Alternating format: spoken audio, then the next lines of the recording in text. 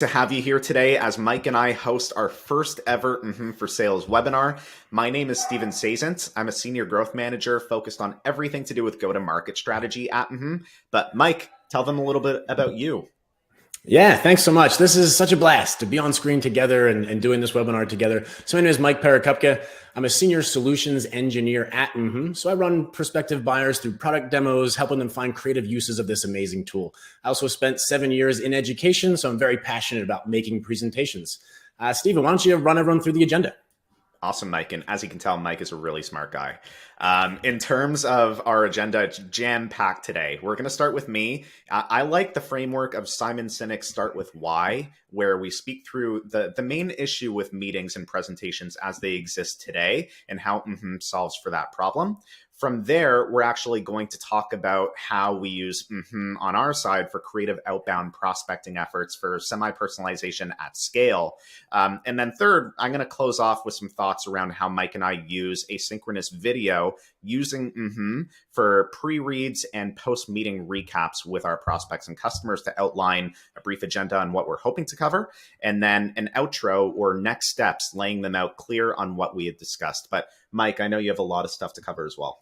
Yeah, and I love that particular use case, so I can't wait. That's really exciting. So after you do that, I will round out with 3 more tips. I'll start with the product demo and really how to amplify or improve the product demo. Then I'll go into the benefits of potentially blending live content with pre-recorded content. And I'll round out finally with strategically thinking about leveraging a second camera to answer those really difficult questions when a screen share just won't do it. That's the agenda for today. And Steven, I'll let you get us started. I can't wait. Mike, before we kick it off, good luck. Let's do it. Perfect. In sales, our main goal is to be memorable. You want to be memorable with your prospects when you're trying to cut through the noise and get their attention. You want to be memorable with your existing customers because you want to make sure that they have a great customer experience with your company. And lastly, you want to be memorable when you're delivering internal presentations to cross-functional peers at your company. So let's be real though. Being memorable is not always easy, especially if you're not willing to put in the work to be memorable. And a lot of that work comes down to overall creativity and making sure that you can show up as your best self over video, especially in this world of remote and distributed work. So I want to walk you through how I've spent the past 6 months at figuring out how to be memorable. And being memorable has to do with reimagining your sales deck altogether. Being memorable has to do with your top of funnel and prospecting strategy. And being memorable has to do with your async follow-up videos that you might send to customers after a conversation you've had with them, or follow-up videos that you wanted to send internally to your peers. So let's get into it. I want to take an educated guess here and assume that many of you have heard of the term virtual fatigue, otherwise known as Zoom fatigue. And it's a very relevant concept. We can all relate to it as salespeople, where number one, we're on camera all day, every day, whether that's in team meetings, one-on-one meetings with your manager, prospect initial discovery meetings, or even existing customer calls. But where the word fatigue really comes into play is, in my opinion, that we're not challenging the status quo. And here's what I mean. In a previous world, in order to build customer relationships, we had the luxury of being able to fly to customers to meet them on site, grab a drink with them, and really build that personal connection with them live in real time. But now we've had to shift into a model where a lot of the relationships that we're building are happening remotely through video meetings like on Zoom, Google Meet, Microsoft Teams, or WebEx. But what we've done as salespeople is get into that bad habit of introducing a screen share way too early into these conversations before you've built that rapport, which is incredibly valuable. So here's an example. I have hypothetically now shared my screen where we've gone through the whole song and dance of, you know what, let me pull up my screen. Give me 1 second. Okay, great. Just pulled it up. Can you see it? And that was about 10 seconds of me just kind of walking through the inconvenience of seeing if you can pay attention to what I'm presenting to you. But at the same time, what I'm now doing as a presenter is asking you to pay attention to either this bland slide that has a lot of stuff going on, or paying attention to me where I would ideally be in like that little box in the corner of your screen. But you can't pay attention to both. And the issue with that is that now you are losing that engagement layer, that engagement factor with your customer, because ideally you want to be present with the content that you're sharing in slides like this one that appear above my shoulder. And the reason is, if you're not doing this, then your brain is actually going to be working really, really hard, and it'll cause mental exhaustion for your prospect. So then they'll probably fall into this mentality where the more that you screen share with them, the more that they're just like staring at your screen, they're going to dread it. And what will happen there inevitably is they'll say that it was a great meeting, and then you'll never hear from them again, aka they'll ghost you. Even worse, this slide, like even if you're not seeing people yawn on the line, you may see other little telltales where they'll be drifting off to the side looking at another screen like this, where they're not paying attention to you. Or better yet, they might be looking down and doing some stuff on their phone. And here's the thing. When customers don't want to engage with you anymore, it's likely because you're not interesting. It's not that they're not interested in your product. It's very possible that they could be, but they're not interested in you. And going deeper, though, on the flip side, if something interests and engages you, then you'll tune in. Think about it from a Netflix perspective. You're still consuming media, very similar to how you're paying attention in a presentation, but the difference is that on Netflix, you're watching a production. You're watching an episode of a TV show, or you're watching a movie or a documentary. But the thing is, you don't want to put down that remote because you really want to see what happens next. Imagine if you can take that same level of engagement that you feel while watching your favorite movie or TV show, but bringing that level of creativity into your daily presentations with your prospects and your customers. If you can do that by embedding yourself with your content above your shoulder with lightweight slides here, you're golden. So the key, if you're going to take anything away from this particular section, it's to reimagine your presentations. Now, I'm going to bring up that same slide that I had before. This is what I was presenting. I'm now embedded in it, but now I'm in the way, and this isn't ideal because they can't see what I want them to see. So you can make yourself smaller so that you can navigate through this, the slide and kind of go where you want them to pay attention to. Or if you don't want to be that distracting, then you can always go transparent into the background so that you're still very much here, but you're now letting them pay attention to what you're presenting on the slide. That way you can be present, but at the same time be able to walk them through complex information. And this is all being done through the use of what we call scenes. Very similar to what I showcased earlier with that Netflix idea. TV shows and movies, they all have scenes that capture different moments that want you to feel different types of emotions with different senses of purpose. Well, imagine being able to line up your content, your room or your virtual background, and your own appearance for your slides before you actually begin your presentation. That way, you're really setting yourself up for success, and you're going to make sure that your audience doesn't want to put down that remote and they want to see what's happening next. Now, what if we applied the same strategy of reimagining your sales deck altogether and applied it towards your outbound top of funnel strategy, where, think about it, all salespeople, if there's one thing that we all have in common, it's that we all need to prospect. Because if we're not prospecting, then we're not building our pipeline. And if you're not building your pipeline, then you're not going to have any deals to work. And as a result of that, unfortunately, you won't hit your quota, which is how we're measured. So people can prospect in one of many different ways, including the old-fashioned cold call, a la Lionel Richie, hello. My voice isn't great. Sending a typical LinkedIn message or an in-mail, or better yet, a cold email, which is oftentimes a block of text and it's fairly templated. And if you think about it, the block of text that you're sending to your prospect who might be in the C-suite, they're likely receiving 40 other emails similar to yours every day of people who are trying to make their way to the front of the line, and it's not going to work. So the biggest challenge altogether is that as salespeople, we're all used to that dreaded rejection where we'll hear no. And most of the time it's just out of common habit by these people who are getting so many emails every day that that's just how they like to respond. But wouldn't it be nice or easier for you as someone trying to get your prospect's attention to solidify your point and show your emotion via video? Well, that's what we do, where we'll help put you center stage with your prospects in your outreach to them. If you do that, then you're able to showcase your personality better. You can show your true, authentic self, and you can show your prospect how creative you're willing to get in exchange for their time. And when they see that you're willing to work for it, then oftentimes they'll likely accept your meeting request. And let me show you how I've actually done this in the past using for semi-personalization at scale, because in my opinion, it's pretty cool. Hi there. My name is Steven, and I'm currently a senior growth manager over on the team. But before I spent many years at tech companies you may have heard of, such as Salesforce, Google, and most recently wrapped up 3+ incredible years at Slack. So why am I reaching out to you?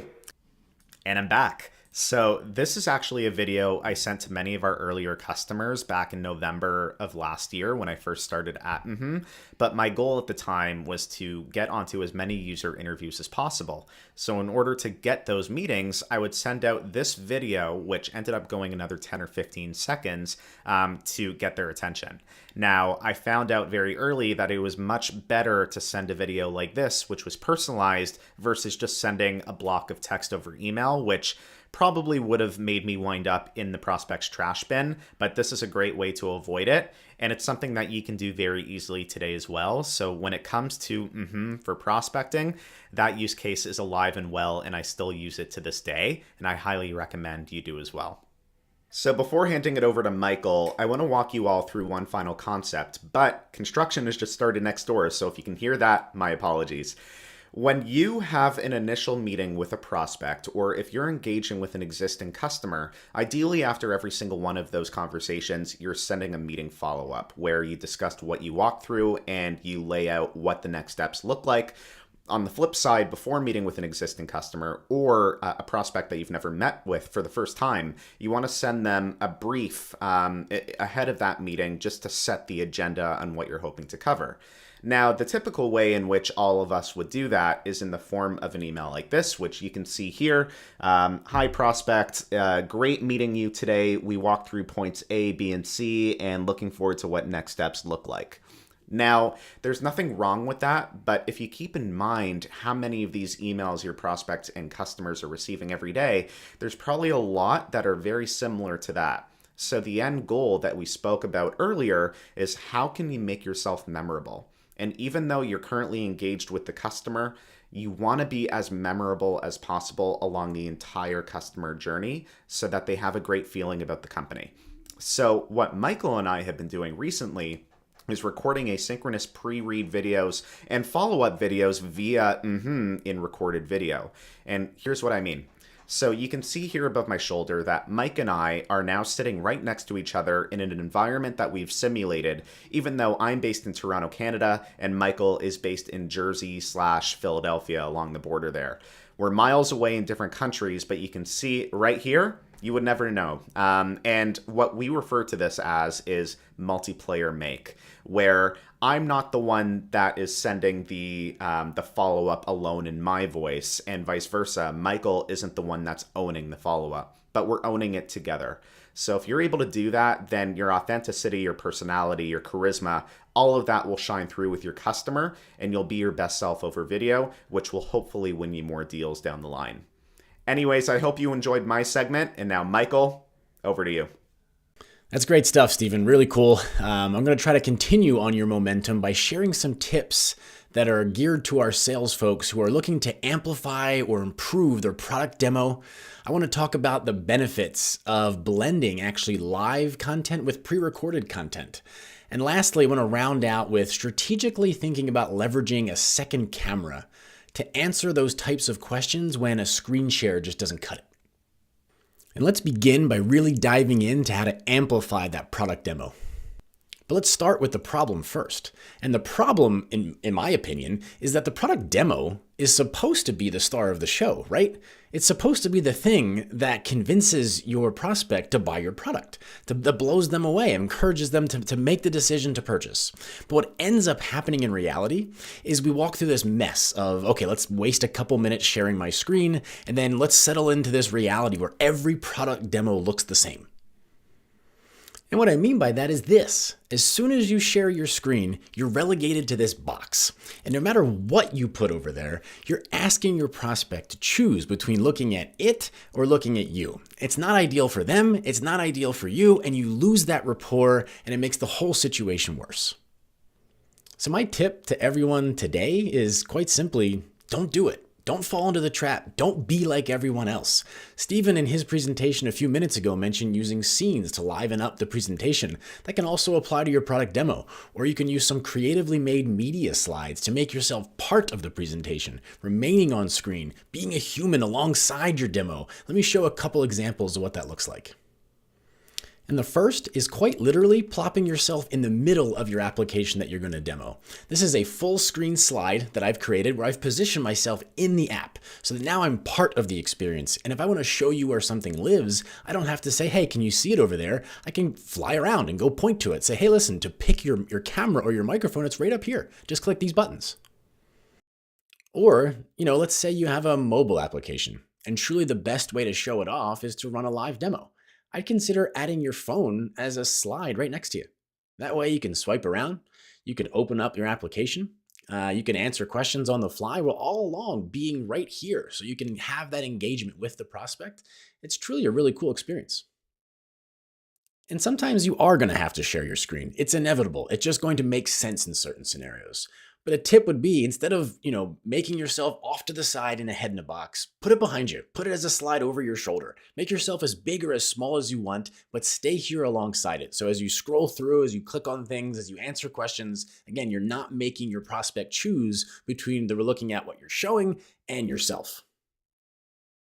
And all of these concepts and all of these little tips actually lend themselves very well into the next section, which is slightly an advanced tip, but I think it's really powerful.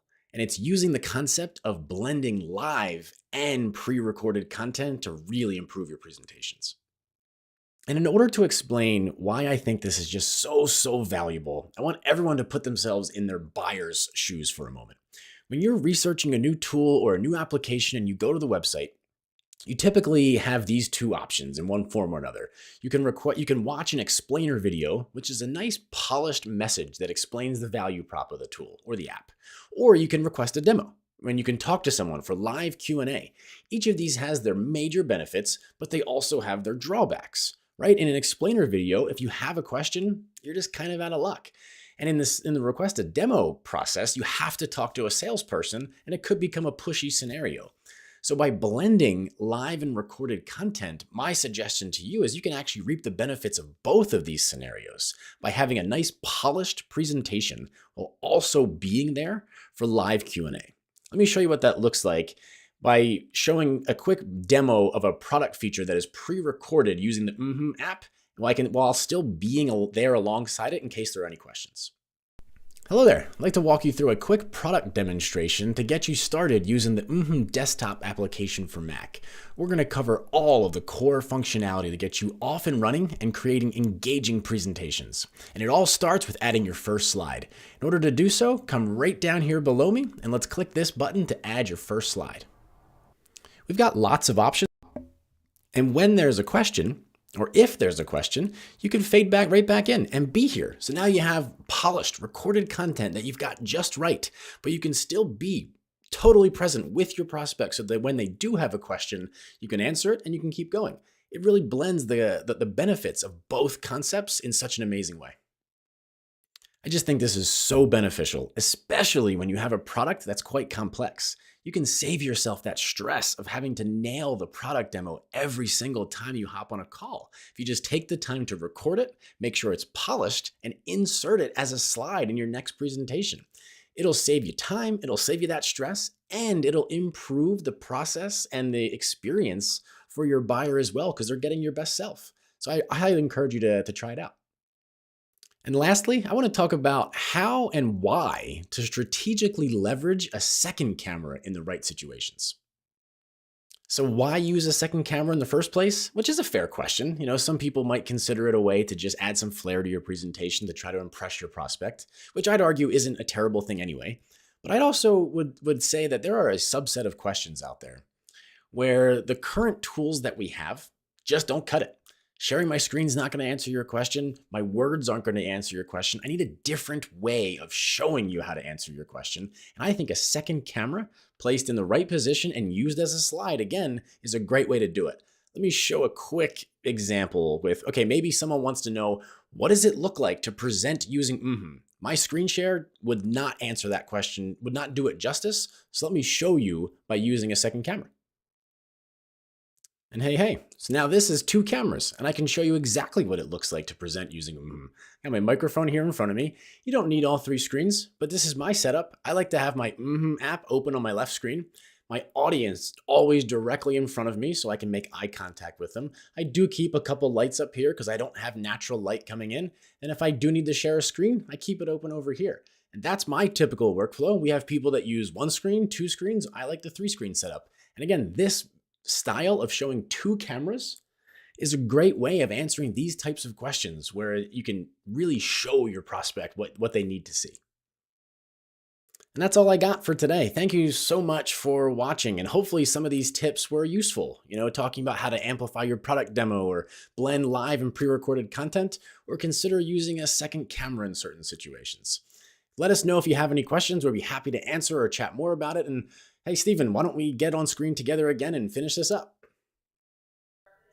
Mike, that was all amazing content, and I'm sure that our audience got great value out of that as well. So really appreciate all of you joining. Before we head off, Mike, any key takeaways? Yeah, sure. I just like to add the context that it's so fun and exciting to be on the sales side and be talking to sales folks about how to up their game and be better on video. So I hope it was worth everyone's time today. We really enjoyed it. Definitely hope that you all got great value out of this, and we hope that you give mmhmm a shot, specifically for your sales presentations moving forward. You never know. You'll make yourself more memorable, and maybe you'll close more deals. So, Mike, thanks again. Thank you. Everyone, have a good one.